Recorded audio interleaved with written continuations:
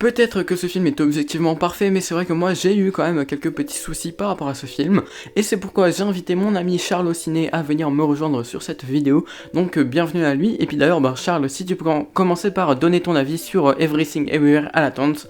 Eh bien moi je ne suis pas totalement d'accord sur Everything Everywhere All At Once.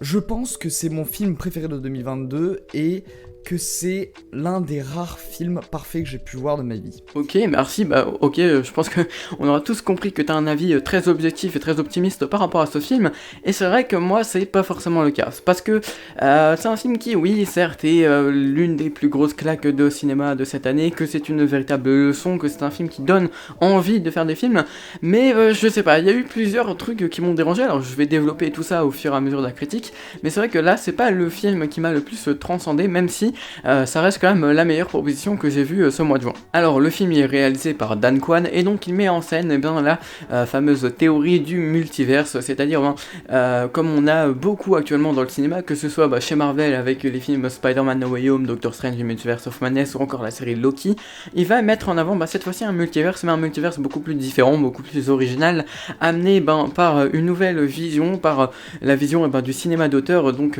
apporté par Dan Kwan et par les frères Russo à la production, donc comme quoi Marvel n'est pas si loin que ça au final, mais enfin bref, c'est un film qui, oui, va apporter cette thématique. Moi je commence un petit peu à en avoir ras-le-bol en fait de toute cette histoire de multiverse.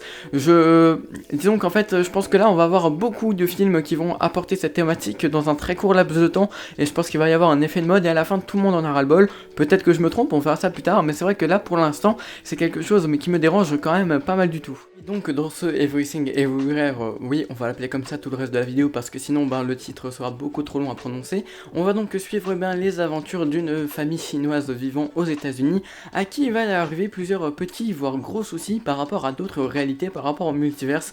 Donc voilà, c'est une famille sur laquelle le multiverse va arriver comme ça dans leur vie d'un moment à l'autre sans que ils ne s'y attendent, et donc ils vont devoir affronter plusieurs problèmes par rapport à cette thématique du multiverse. Du coup Charles, je vais te laisser développer ton idée et nous dire pourquoi, à ton avis, selon toi, le film est vraiment génial. Alors déjà il faut savoir que je suis assez fan du style des Daniels, j'avais énormément adoré Swiss Army Man qui lui aussi est facile dans mon top 30 des meilleurs films de tous les temps. C'est un film qui me parle énormément, qui parle de suicide, de dépression, mais aussi du bonheur qu'on a sous les yeux, tout en ajoutant un style assez remarquable et un peu barré, il faut le dire. On retrouve donc les thématiques que nous avons dans Swiss Army Man dans Everything Everywhere All At Once, mais plus poussées, plus inquiètes, et pour moi bien plus touchante. C'est-à-dire que là où Swiss Army Man arrivait à m'attirer une larme, je pense qu'Everything Everywhere All At Once m'a beaucoup fait pleurer, surtout lors d'une scène en particulier où Evelyn se confie à Waymond. Le point, c'est que c'est un film qui déborde de créativité d'absolument partout, et je trouve ça gigantesque et aussi très plaisant à suivre, puisque justement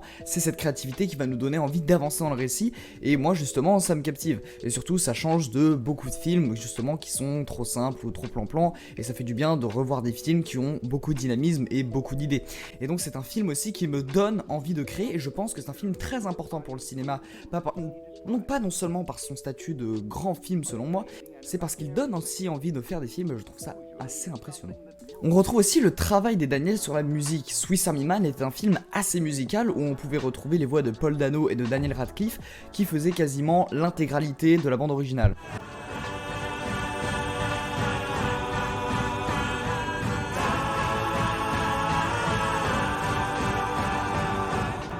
Ici, c'est Sonlux qui s'en charge, et on peut retrouver certaines compositions assez marquantes, je pense notamment à In Another Life, qui vient au moment d'une scène assez belle et vraiment très touchante, et cette musique résonne encore en moi.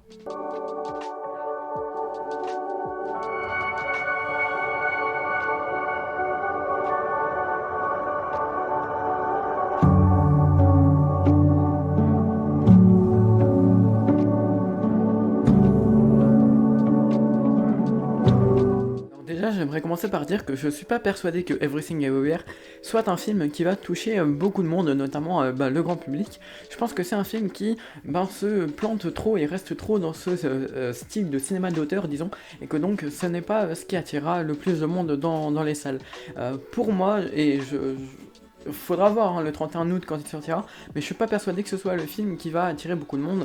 Je pense que les cinéphiles seront beaucoup plus aptes à aller voir ce film au cinéma que le reste de la population. Aussi, je ne suis pas forcément d'accord sur la question du public visé. Aux États-Unis, le film a très bien marché. C'est même d'ailleurs le film A24 qui a le mieux marché, ce qui est assez rare puisqu'en général les entrées sont assez minimes. Il a fait 5 millions, 6 millions, quelque chose comme ça. Et donc en France, je pense que ça peut extrêmement bien se promouvoir, car déjà aux États-Unis, il a extrêmement bien marché, même auprès d'un public plus jeune et non initié des films A24, mais aussi parce que c'est dans sa démarche même de film d'auteur, c'est un film assez accessible pour tout le monde. En plus, le film peut assez bien se promouvoir parce que on est vraiment dans une ère où le multivers a pris une place importante, que ce soit avec Multiverse of Madness, Spider-Man No Way Home, Into the Spider-Verse, Loki, bref, tout ce genre de choses. Mais ceux qui s'y intéressent seront obligés d'être charmés par le travail de Dan Kwan, que ce soit dans la réalisation, mais aussi dans la gestion de ses effets spéciaux, de la mise en scène, du montage, enfin bref.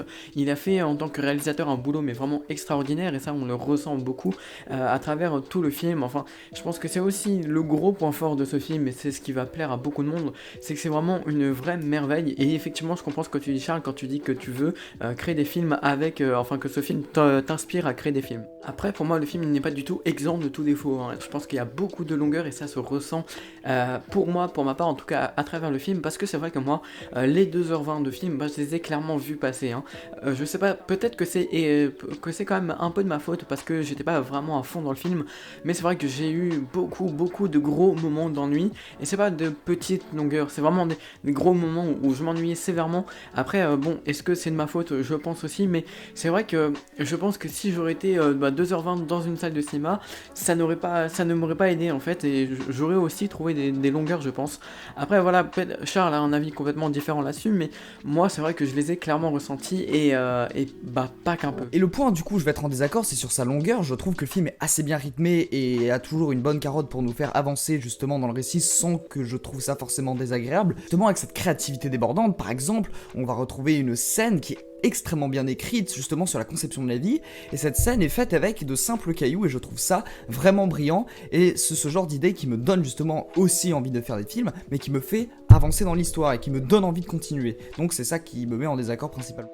Et donc là où moi aussi j'étais un petit peu perdu devant ce film Everything Everywhere, c'est concernant sa gestion du multiverse. Alors oui, on a une notion de multiverse assez originale par rapport à tous les autres films qui nous présentent cet arc scénaristique qui est le multiverse, mais c'est vrai que là j'ai trouvé ça très compliqué, très dur à appréhender, à mettre en œuvre en fait. Comment je pourrais expliquer ça? Disons que pour moi c'était très difficile de comprendre les enjeux de ce multivers, quelles sont ses lois, quels sont ses principes physiques et scientifiques, alors que par exemple dans un film comme Doctor Strange The Multiverse of Madness, tout est assez simple à comprendre, finalement on n'a pas à se plier le cerveau en quatre, alors que ici les règles elles sont assez compliquées. Hein. Par exemple là on va avoir un mélange entre Matrix 4 et... Matrix... peu importe en fait, pas que Matrix 4, mais bref, on va avoir un mélange de Matrix et puis de films comme, je sais pas, No Way Home ou comme n'importe quel autre film qui parle du multiverse, mais le souci c'est que encore une fois, je sais pas si c'est moi qui suis complètement débile et qui n'ai rien suivi au film, ça c'est possible aussi, mais j'ai eu du mal avec cette notion de multivers et avec la manière dont elle a été mise en avant et comment le film a essayé de nous l'expliquer. Après, Charles, tu as un autre avis là-dessus, donc je vais te laisser en parler. Si je ne suis pas d'accord sur la complexité de l'histoire, je l'ai trouvé assez simple et assez bien rythmé, comme dit précédemment. Pas autant que Spider-Verse, qui était vraiment très simple à comprendre justement pour se focaliser sur la figure de Spider-Man, mais on n'est pas non plus sur un niveau de complexité ou de bordel narratif de Spider-Man No Way Home par exemple. Et je n'ai pas trouvé ça spécialement compliqué, je suis d'ailleurs assez fan de l'idée justement de la première scène qui nous montre qu'elle peut être connectée à la fois à différentes réalités, ce qui va ensuite donner tous ces embranchements et du coup toutes ces scènes superposées les unes dans les autres. Dehors de tout ce charabia par rapport au multiverse, c'est aussi l'histoire principale, l'arc scénaristique que j'ai eu du mal à saisir en fait. Donc ce soit cet arc par rapport à cette famille, à tout ce qui va lui arriver, et aux relations entre les personnages qui sont certes très bien écrites, mais qui m'ont quand même mis sur ma faim, dans le sens où oui, j'ai eu du mal à vraiment tout suivre parce que j'ai trouvé ça l'ensemble très complexe en fait, bien écrit certes, mais peut-être trop, dans le sens où il y a beaucoup de détails à prendre en compte, beaucoup de choses et d'informations. Enfin, c'est un film qui est très bavard en fait en informations, et donc tout prendre en compte c'était pas forcément facile. Moi j'ai eu des difficultés à tout comprendre. Après peut-être que je le reverrai, que du coup ça ira mieux, mais pour l'instant ce n'est pas le cas. Mais alors moi, il y a quand même quelque chose qui m'impressionne par rapport à ce film Everything Everywhere All at Once, c'est que, eh bien, en fait, il arrive à gérer très bien son petit budget qui est de 25 millions de dollars. Alors pour ceux qui ont du mal à se rendre compte de ce que c'est, eh bien c'est l'équivalent de moins cher du film Red Dingue de Danny Moon. Alors oui, c'est moins cher, mais après, il faut aussi se dire que le système de paiement des acteurs est différent en France qu'aux États-Unis. Néanmoins, là, c'est un film qui a coûté beaucoup moins cher et qui est capable de faire beaucoup de choses et faire surtout de très belles choses et de manière extraordinaire avec un si petit budget. Franchement, si on me l'avait pas dit que le film coûtait 25 millions de dollars, je l'aurais jamais deviné parce qu'il a tout pour faire l'équivalent d'un film à gros budget. Moi je suis encore sur la réserve par rapport au jeu d'acteur du global. Alors dans l'ensemble, je vais pas non plus défoncer le film, mais dans l'ensemble le jeu d'acteur est très bien. Mais disons qu'il y a un acteur qui se démarque des autres, donc c'est donc Jonathan Kekwan qui va jouer donc le père de cette famille qui a des soucis avec le multiverse. Et en fait cet acteur il est tellement bon, en fait il joue deux rôles différents mais avec le même personnage et il arrive à changer de tout au tout dans la même scène, dans le même plan, et ça je trouve vraiment incroyable. Il a fait une performance d'acteur vraiment chaud, et en fait il est tellement bon, tellement supérieur aux autres que le reste du casting paraît mauvais à ses côtés. Alors ils ne le sont pas, c'est pas un mauvais jeu d'acteur pour le reste, mais disons que lui il a vraiment une prestance, il a vraiment une force qui fait que Jonathan Kekwan il a réussi aujourd'hui à faire quelque chose de vraiment extraordinaire en termes de performance d'acting. Et en dehors de ça, le reste du casting, comme je l'ai dit, c'est bon, sauf peut-être Joy, qui est la fille de cette famille, qui elle, en tant qu'actrice, n'est pas vraiment exceptionnelle, et qui est loin de faire vraiment sa meilleure performance d'actrice. Néanmoins, ça va dans l'ensemble, c'est pas horrible non plus. Donc pour conclure, je n'ai pas entièrement capté le délire de ce Everything Everywhere, même si je lui reconnais toutes ses qualités et que évidemment que on lui doit toutes ses éloges à son égard. Forcément c'est pas un mauvais film non plus, c'est juste que c'est pas un film qui m'a plu, et je le dis honnêtement en toute sincérité, malgré le fait qu'il est pas mauvais du tout, mais c'est pas un film qui m'a énormément plu, et puis c'est difficile de lui trouver des défauts. Après voilà, comme dit, c'est moi qui ai pas su capter le délire, Charles lui a très bien réussi, et peut-être que vous aussi en vous rendant à votre cinéma, vous trouverez quelque chose qui va vous plaire dans ce film, ou au contraire, peut-être pas. Le plus important c'est que vous allez vous faire votre propre avis. En tout cas Charles, je te laisse dire le mot de la fin concernant Everything Everywhere All at Once et ce que tu en as pensé. J'ai donc énormément adoré Everything Everywhere All at Once. Je pense que c'est un film pilier dans ma cinéphilie et qui va le rester, et je me précipiterai en salle le 31 août pour aller le revoir.